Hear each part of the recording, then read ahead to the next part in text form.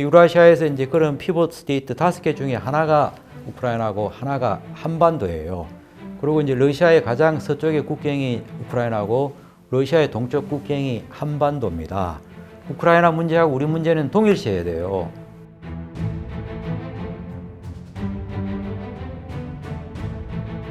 거의 근 20년 가까이를 러시아를 사실상 독재에 가깝게 집권을 하고 있는데 왜 러시아 사람들은 푸틴이라는 사람을 놓지 못하는지 그거에 대해서 좀 분석을 해주실 수 있을까요? 뭐 이번 전쟁 전에도 푸틴의 어떤 그 대국민 그 지지도는 상당히 높습니다. 낮으면 60%고 보통은 이제 80%를 유지를 해요. 이제 아까 푸틴 대통령이 이제 총리가 된 게 1999년 한 3, 4월 정도 되거든요. 구소련이 붕괴하고 갑자기 이제 러시아 연방에 출범하고 익숙지 않는 그 시장 경제를 갖다가 도입하다 보니까 러시아가 정말 그 눈물겨운 그 고난의 행군을 했더랬어요. 그때는 이제 법과 질서도 뭐 엉망이고 마피아 완전히 세상이 되고 그런 가운데 이제 푸틴 대통령이 혜성같이 등장을 해서 푸틴 대통령의 일성이 뭐냐면은 dictatorship of the law and order야. 법과 질서를 갖다가 회복하겠다는 게 그거였거든요. 그런 것들이 이제 러시아 사람들한테 굉장히 어필을 했고 그런 부분에 대해서는 푸틴 대통령이 상당히 이제 그 공도 굉장히 많아요. 관은 뭐냐? 이제 러시아도 이제 한 30년에 이제 소위 말하면 이제 그 자유민주주의 그걸 이제 좀 체험을 하잖아, 그죠? 러시아 지금 민주주의를 갖다 가이디드 데모크라시라고 그래. 이게 예? 완전한 민주주의가 아니고 하여튼 민주주의 가고 있는 약간 지금 이제 그런 단계인데 자 우리도 진짜 유럽과 같은 자유민주주의 그리고 유럽과 같은 경제발전, 정치발전해서 진짜 진정한 강국이 돼야 된다는 걸 많이 이제 열망을 하죠.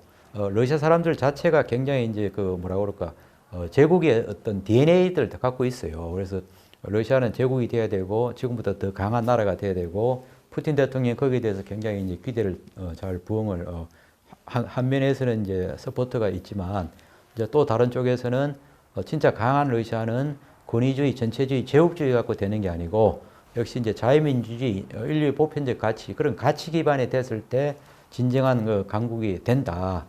그래서 저는 이제 여론이 이제 조금 더 자유민주주의 쪽으로 많은 그 교육이 됐을 거라고 보이지는데 뭐 다시 한번 말씀드리면 러시아 국민들의 푸틴 대통령에 대한 지지는 확고하다. 그러나 이번 전쟁이 러시아 사람들도 한 번 더 정체성을 묻는 게 됐거든요. 예를 들면은 뭐 1922년 딱 100년 전에 우리 역사에서 배운 그 러시아도 이제 내전이 있었어요. 근데 그때는 공산주의가 승리해가지고 그 다음 러시아 운명이 어떻게 달라졌어요? 70년간 이제 공산주의 통치를 받았고 그 1922년에 러시아 내전이 100년에 이제 그 어떻게 보면 운명을 가름했듯이 이번에 정말 푸틴 대통령이 원하는 시나리오로 가고 푸틴 대통령이 더 장기 집권할 것 같으면은 결국은 또 이제 문명사회하고 동떨어져야 되고 결국은 권위주의, 제국주의, 이제 전체주의 그런 길을 가야 되는 거기 때문에 러시아 분들도 아마 이게 굉장히 이제 성찰하고 각성하는 그런 계기가 되었을 걸로 보이지는데요. 푸틴 대통령의 지지가 확고했지만 또 이번 전쟁을 통해서 저는 푸틴 대통령의 지지도도 많이 까먹었다고 생각해요. 뭐 애플도 뭐 휴대폰도 안 팔겠다고 하고 맥도날드도 철수하겠다고 하고 이런 좀 20, 30년 동안 물들어왔던 그런 서방의 문화들이 빠져나가는 거에 대한 좀 박탈감도 클 것 같아요.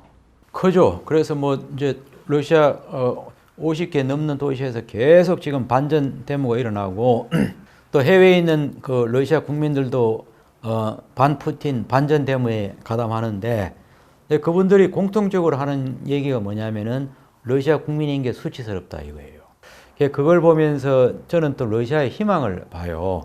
그래도 많은 부분 사람들이 이제 의식이 있고 깨어 있고 러시아가 이래서는 안 된다는 걸 봤을 때 러시아 우크라이나 침공이 러시아의 어떤 그 본어게인 하는 그리고 정말 자기가 이제 자유민주주의 국가로서 정체성을 더 확고히 했을 때 진짜 이제 강한 러시아가 되겠다는 그런 차원에서 이제 러시아 사람들한테도 굉장히 이제 대각성과 대성찰을 하는 뭐 큰 그 메시지는 던져졌다. 그래서 이제 러시아 내에서도 아마 굉장히 큰 그 변화가 오지 않겠느냐. 뭐 그런 지각 변동이 많이 올 거라고 봅니다. 그리고 이제 우리나라도 이제 외교적으로 또 경제적으로 이제 좀 대응을 해야 될 텐데 러시아의 제재에 100% 동조하기도 사실 쉽지는 않은 상황인데 이제 경제적으로 좀 우리가 어떤 포지션을 취해야 될지에 대해서 한 말씀 부탁드립니다. 근데 우리가 이제 가장 그 상위의 이제 개념이 있고 하위의 개념이 있거든요. 가장 상위의 개념은 국가 안보거든요. 국가의 어떤 생존 자체가 흔들려 버리면 이번에 이제 우크라이나를 보면은 저거 나중에 이제 전후 복구하고 뭐 경제적으로 따지면 이거 천문학적인 피해가 오거든요. 저런 일이 없도록 이제 국가 안보를 튼튼히 해서 전쟁을 갖다 조기에 이제 예방하는 게 이제 최고의 솔루션이고 그런 차원에서 이번에 이제 우리가 경제적인 그 손실은 좀 볼 수가 있지만 정말 우크라이나 문제는 우크라이나만의 문제가 아니라 자유민주주의 전체 문제거든요. 이 국가 안보 그리고 국가 안보의 핵심은 역시 이제 자유민주주의 시장경제 인류 보편적 가치라는 그 정체성을 지키는 게 러시아를 통해서 우리가 경제적인 손실을 보는 것보다 저는 훨씬 더 플러스가 많다고 보여져요. 이 전쟁이 이제 오래갈 전쟁이 절대 아니거든요. 데미지가 있고 하지만 우리도 이제 하여튼 그런 그 글로벌 명분 또 글로벌의 어떤 그 자유민주주의를 위해서 확실한 동참을 해야 된다. 그리고 지금 우리가 단기적으로는 이제 마이너스 되는 부분이 있지만은 이게 끝나면 훨씬 플러스 되는 게 많다. 이 호주가 이제 중국하고 감히 맞짱을 뜨잖아요, 그죠? 호주 어떤 그 수출의 34%가 중국이랍니다. 예. 자, 우리는 호주보다 훨씬 여건이 나아요, 그죠? 예. 그리고 우리하고 뭐 러시아하고 차지하는 그 무역 비중도 그렇게 높지는 아직은 않아요. 호주가 맞짱을 뜨는 이유는 뭐예요? 원칙을 지키고 투명하게 하고 정체성을 지키겠다는 거 아니에요, 그죠? 자, 그랬을 때 뭐 중국을 통해서 이제 마이너스 되는 것도 있지만 전 세계가 이제 호주를 다시 보는 거고 또 우리가 러시아를 통해서 이런 시장을 정말 우리가 원칙을 지키고 글로벌 선진 사회들하고 동참을 했을 때는 또 다른 가능성과 기회는 그 열릴 걸로 보이지기 때문에 저희도 뭐 정말 기업들한테는 참 좀 죄송스럽지만 브랜드, 이미지, 크레딧 이런 것들이 또 눈에 안 보이는 무형의 자산이기 때문에 자, 우린 더 큰 무형의 자산을 위해서 단기적으로는 트레이드 오프 하는 것에 대해서 우리가 좀 그 감수를 해야 되고 또 그런 부분에 대해서는 정말 이게 정부가 조금 기업들에 대해서 좀 상당히 좀 지원을 해야 되지 않겠느냐. 그 이번에 이제 우크라이나의 불행은 그 한미동맹 같은 동맹이 없는 거예요. 그런 든든한 동맹이 없고 든든한 집단 안보가 없기 때문에 러시아가 막 패대기 해도 이거 누가 도와줄 데가 없는 겁니다. 그래서 이제 우크라이나 입장에서는 나토하고 EU 가입이 이제 사활이 걸린 문제고 러시아 입장에서는 우크라이나가 이제 서방으로 넘어가 버리면은 이제 러시아가 이제 제국으로 부활하는데 큰 그 걸림돌이 되는 거거든요. 우리도 이제 한미동맹 없는 대한민국의 안보를 생각하면은 우리도 이제 강대국의 밥이 될 수밖에 없다고. 자, 우리는 이제 핵무기 하나 없죠. 북한은 지금 핵무기 다 이고 있죠. 또 우리가 뭐 중국을 믿어요, 러시아를 믿어요. 그리고 가능하면은 좀 집단 안보 시스템에 들어가는 게 더 동맹을 단단하게 해주거든요. 자, 우리도 이제 트럼프 대통령 몇 년 겪었잖아, 그죠? 정말 우리가 이제 미국이 정말 한국을 위해서 동맹으로서 책임을 언제까지 해줄 수 있겠느냐? 그것도 우리가 모르는 일이야. 한국하고 우크라이나는 지정학적으로 이제 어떤 그 공감대가 많고 운명 공동체예요. 그걸 이제 국제 정치적으로 얘기하면 이제 그 중심국이라고 그러거든. 피벗 스테이트야. 유라시아에서 이제 그런 피벗 스테이트 5개 중에 하나가 우크라이나고 하나가 한반도예요. 그리고 이제 러시아의 가장 서쪽의 국경이 우크라이나고 러시아의 동쪽 국경이 한반도입니다. 우크라이나 문제하고 우리 문제는 동일시해야 돼요. 그래서 러시아가 저렇게 이제 커버리면은 그 부담은 이제 우리한테 고스란히 오는 거고 반대로 이제 자유민주주의를 중심으로 하는 우크라이나가 잘 되면은 러시아도 정말 착한 제국이 되는 거고 그 우크라이나가 이제 서방하고 이제 가까워져야 경제 발전, 정치 발전에서 우크라이나가 갖고 있는 포텐셜을 갖다가 맥시멈해서 앞으로 이제 영국이 될 수도 있고 프랑스가 될 수도 있고 그런 진짜 국가 발전을 이루는 그 우크라이나로서는 이거는 사활이 걸린 문제죠. 예. 그리고 향후 전망에 대해서 조금 더 짚어보면은 이제 우리나라 뭐 진보 정권과 보수 정권이 있고 했을 때 좀 동구권이랑 교역이 좀 뭐 늘어나고 줄어들고 하는 흐름이 있는지 그리고 결국 이번에 뭐 정권이 또 교체가 되지 않았습니까? 이제 뭐 진보 정부에서 이제 보수 정당 정권이 되면서 또 향후에 러시아나 동구권이랑은 또 교역이 어떻게 바뀔지 좀 이런 게 좀 궁금하거든요. 국가 정체성은 명확해야 되거든요. 그 이번에도 이제 러시아는 이제 권위주의 해가지고 권위주의가 굉장히 일사불란하잖아요, 그죠? 여론이고 뭐고 필요 없이 그냥 소수가 모여가지고 의사결정을 하고 이게 상당히 이제 에피션트 할 걸로 생각을 했죠. 그리고 자유민주주의 하면 말도 많고 탈도 많고 맨날 디바이드 되고 논쟁만 많고 해서 쟤들 뭐 치고 들어가면 뭐 분명히 이길 거라 생각했는데 이게 다 틀렸다 이거죠, 그죠? 그래서 이번에 이제 하나는 이 자유민주주의 체제가 경쟁력이 있다. 그래서 절대 우리가 국가의 정체성, 대한민국의 헌법 정신, 또 이게 글로벌 스탠다드고 선진국의 스탠다드이기도 한 그 자유민주주의 인류의 보편적 가치, 이 헌법 정신은 우리는 근간이에요. 예, 그거보다 더 상위의 개념이 있으면 안 돼. 선진국 외교의 특징은 그 국가 이익에 대해서는 그 여하고 야가 다르지가 않아. 특히 이제 외교 안보에 대해서는 초당적으로 이제 같은 목소리를 내거든요. 국익보다 더 상위의 개념이, 그건 이념이 더 상위에 있으면 안 된다 이거죠. 우리는 외부의 어떤 틈을 보이면 안 돼요. 친러다 친서방에 돼가지고 국론 분열이 없는 건 아니잖아, 그죠? 그러다 보면 남들한테 이게 틈새를 주어지는 거예요.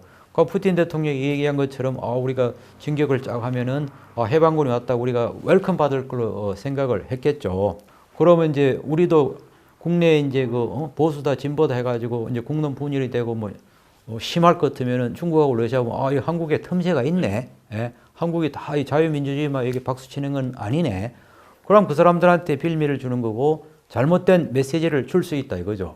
확고한 메시지를 줘야 되는데 대한민국 저희들은 자유민주주의에 대해서는 절대 양보하지 않아. 그리고 동맹에 대해서 양보하지 않아. 그럴 것 같으면 우리가 단기적으로는 괴롭지만은 결국은 이제 대한민국 하면 그 사람들의 확고한 그 이미지, 정체성을 심어주기니까 우리한테 이제 그 틈새를 노리는, 또 우리를 이간시키는 이런 일은 안 할 거단 말이죠. 그래서 이제 이번에도 또 하나 큰 특징은 그 하이브리드 워페어, 하이브리드 전쟁이라고 그러는데 그 군사적인 거, 비군사적인 거 다 섞어가지고 뭐 정보전까지 다 섞어가지고 하는 뭐라고 그럴까 토탈 전쟁이거든요. 그래서 이번에 이제 2월 24일 날 러시아가 이제 전면전 감행하기 전까지는 정말 러시아가 하이브리드의 어떤 에센스를 다 보였어. 자, 총 한 방 안 쏘고도요. 벌써 이제 우크라이나 이제 전쟁 날 거라고 해서 주식 다 떨어져요. 또 서방에 있는 외교관들 철수하고 자국민 철수하고 하다 보니까 이 총 한 방 안 쏘고도 전쟁한 거하고 똑같은 우크라이나가 완전히 이제 뱅크럽트 직전 수준을 만들었잖아, 그죠? 우리도 이 하이브리드에 우리도 한 복판에 있다고. 어느 국가든지 그 나라의 어떤 이익을 반영하기 위한 여러 가지 인프라가 있어요. 예? 그거는 중국도 바보가 아니니까 할 테고, 북한도 마찬가지, 미국도 마찬가지고, 이 국내 정치도 그렇고 외교도 그렇고 우리만 결정하는 건 아니라는 걸 우리 국민들이 좀 알았으면 좋겠어요.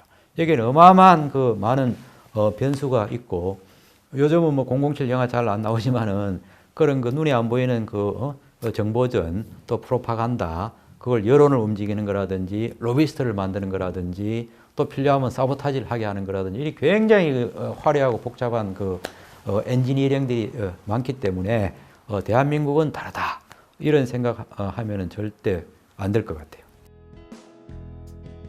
얼마 전에 이제 우크라이나 어떤 모금 캠페인 큰 행사가 있었는데요. 태안반도 사례 얘기를 들었습니다. 정말 태안반도 기름 유출 때 정상적이면 10년이 가도 이제 회복할까 말까 기간을 우리는 1년 만에 해서 정말 하나의 이제 기적을 만들었고 120만 명이 이제 동원됐다는 얘기를 들었습니다. 대한민국이 이제 우크라이나의 이런 뭐라고 그럴까 전후 복구 인도적인 지원에 참여한다면은 로케이션은 다르지만은 유라시아의 가장 중심에서 대한민국의 어떤 제2의 태안반도의 어떤 기적을 일으킨다면은 정말 이게 이제 우리의 국격의 문제고 우크라이나의 또 가장 큰 위로의 문제고 또 대한민국 하면 전 세계에서 정말 하나의 리더십을 발휘할 수 있는 그런 거라고 생각하고요. 우리는 어떤 상황에서도 좀 optimist가 긍정주의가 돼야 된다고 봐요. optimist는 위기 속에서 기회를 보는 사람이고 또 패시미스트는 기회 속에서 위기를 보는 사람이라고 했습니다. 지금은 누가 뭐래도 이제 안보 위기고 어마어마한 위기지만 대한민국이 늘 견지해왔던 그런 옵티미스트, 하여튼 그 이 위기 속에서 기회를 보는 그런 좀 대한민국이 되고 그런 거 진짜 우리 국민이 될 수 있을 거라고 생각합니다. 감사합니다.